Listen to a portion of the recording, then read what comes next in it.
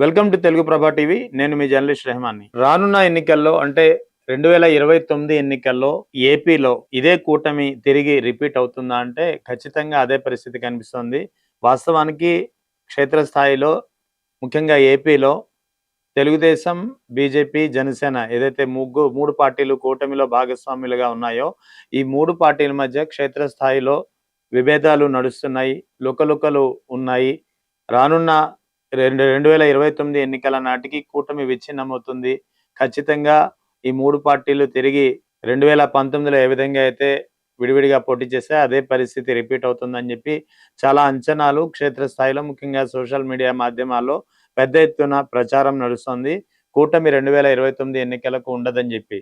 కానీ అవసరం అనేది నిజానికి వాస్తవానికి క్షేత్రస్థాయిలో ఈ మూడు పార్టీల మధ్య ముఖ్యంగా మూడు పార్టీలకు సంబంధించినటువంటి నేతల మధ్య కావచ్చు, కార్యకర్తల మధ్య కావచ్చు పెద్ద ఎత్తున విభేదాలు ఉన్నాయి. అంతర్గత పోరు అయితే నడుస్తోంది. క్షేత్రస్థాయిలో అయితే ముఖ్యంగా జనసేన, తెలుగుదేశం పార్టీ మధ్య అయితే పెద్ద స్థాయిలో చాలా నియోజకవర్గాలు ముఖ్యంగా గోదావరి జిల్లాల్లోనూ అటు కృష్ణా, నెల్లూరు, విశాఖ, ఉత్తరాంధ్ర జిల్లాలోనూ ఈ పరిస్థితి పెద్ద ఎత్తున ఉంది. కానీ ఈ నేపథ్యంలో కూటమి విచ్ఛిన్నమవుతుందనే వార్తలకు చెక్ పెట్టే దిశగా ప్రధాని నరేంద్ర మోదీ చేసినటువంటి వ్యాఖ్యల్ని అర్థం చేసుకోవాలి. వాస్తవానికి అనేది ఏ పార్టీకి ఎప్పుడు ఎలా ఉంటాయని చెప్పలేము. అందుకే రాజకీయాల్లో శాశ్వత మిత్రుడు, శాశ్వత శత్రువు ఉండదనేది రాజకీయాల్లో ఒక ప్రధానంగా వినిపించే మాట.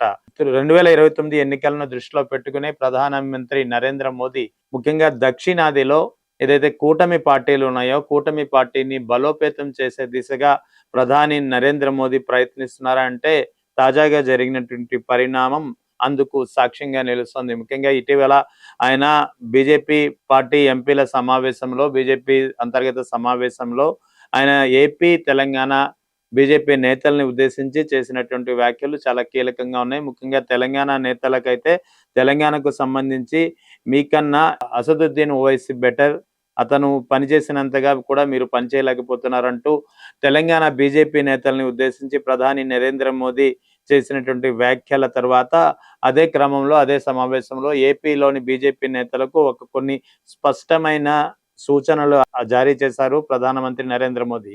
ముఖ్యంగా ఏపీ ముఖ్యమంత్రి చంద్రబాబు నాయుడుతో కలిసి పనిచేయాలి, ఆయనతో కలిసి ఉండండి అంటూ ప్రధానమంత్రి స్థాయిలో నరేంద్ర మోదీ చెప్పడం అనేది ఒక కీలకమైన పరిణామంగా మారుతుంది.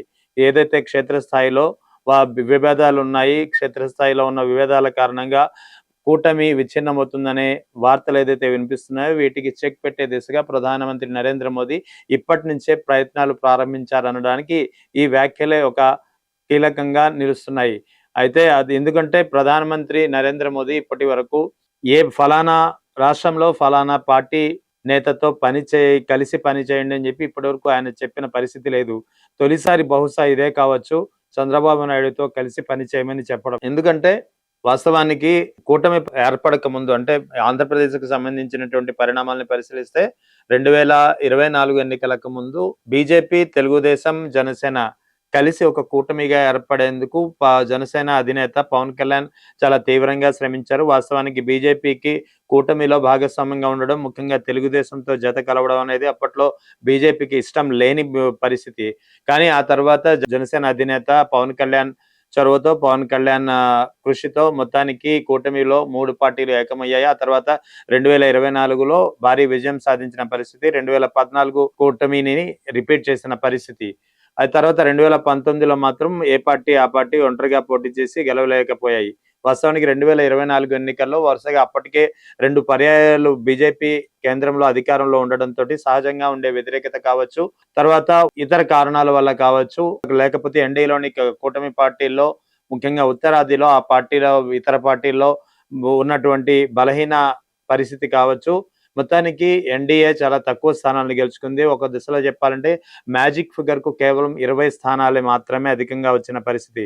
కావలసిన మ్యాజిక్ ఫిగర్ 272 అయితే 294 స్థానాలు మాత్రమే ఎన్డీఏ సంపాదించుకోగలిగింది. అందులో బీజేపీకి సొంతంగా వచ్చింది 230 కూడా దాటిన పరిస్థితి. అందుకే ఇండి కూటమి చాలా బలాన్ని పుంజుకున్న పరిస్థితి 2024 ఎన్నికల్లో.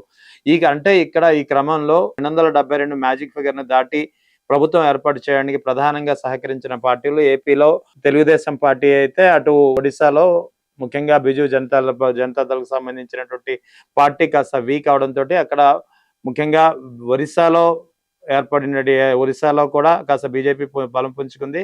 అదే సమయంలో బీహార్లో ముఖ్యంగా నితీష్ కుమార్ పార్టీకి వచ్చినటువంటి 20 సీట్ల కారణంగా కేంద్రంలో అధికారంలోకి వచ్చింది. సో అంటే ఉత్తరాదిలో బీజేపీ బలహీనపడుతుంది.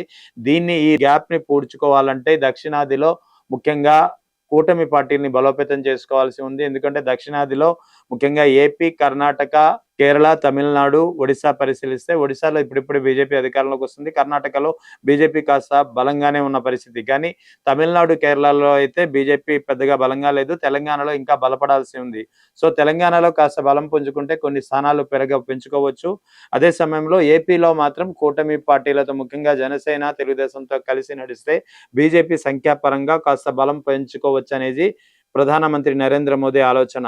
ఎందుకంటే రానున్న 2029 ఎన్నికల్లో దక్షిణాదిలో తర్వాత అటు ఉత్తరాదిలో 2 చోట్ల సహజంగా 3 ఏళ్ల పాటు 3 పర్యాయాలు అంటే దాదాపు 15 ఏళ్ల పాటు ఉండే ప్రభుత్వ వ్యతిరేకత కారణంగా కొన్ని సీట్లు కోల్పోవలసి వస్తుంది బీజేపీ సొంతంగా. ఈ క్రమంలో దాన్ని పూడ్చుకోవాలంటే కూటమి పార్టీల్ని ముఖ్యంగా దక్షిణాదిలో ఉన్న కూటమి పార్టీల్ని బలోపేతం చేయాల్సిన అవసరం ఉందని చెప్పే ప్రధానమంత్రి నరేంద్ర మోదీ ముఖ్యంగా తెలంగాణ నేతలకి, బీజేపీ నేతలకి ఇప్పటికే క్లాస్ తీసుకున్నారు. ఇక ఏపీ విషయానికి వచ్చేసరికి చంద్రబాబు నాయుడుతో కలిసి పనిచేయాలంటూ ఏపీలోని బీజేపీ నేతలకు సూచించడం దీనికి తార్కాణంగా నిలుస్తోంది. మరి చూడాలి 2029 నాటికి కూటమి ఇలాగే బలంగా ఉంటుందా? లేదా ఏదైతే అనుమానాలు సోషల్ మీడియాలో వ్యక్తమవుతున్నాయో దానికి రిపీట్ చేస్తుందా అనేది చూడాల్సి ఉంది.